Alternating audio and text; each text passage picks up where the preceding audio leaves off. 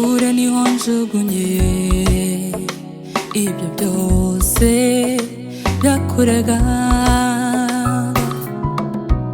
kuko ndi Uwiteka Imana usinzire ndagufubitse,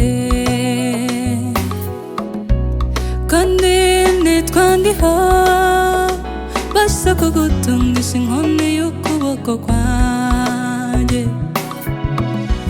kandi uzisegura aya magambo,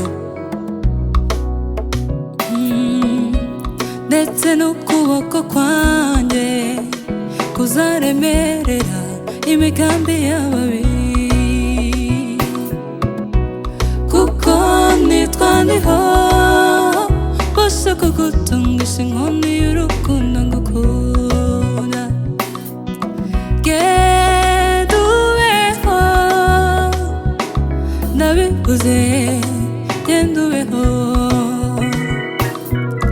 we magufa yumagaye, yewe yewe genda ubeho, we magufa yumagaye, yewe yewe genda ubeho. Aranyitegereza urukundo ruramusanga, ati genda ubeho. Aranyitegereza imbabazi ziramusanga, ati genda ubeho. Aranyitegereza urukundo ruramusanga, ati genda ubeho.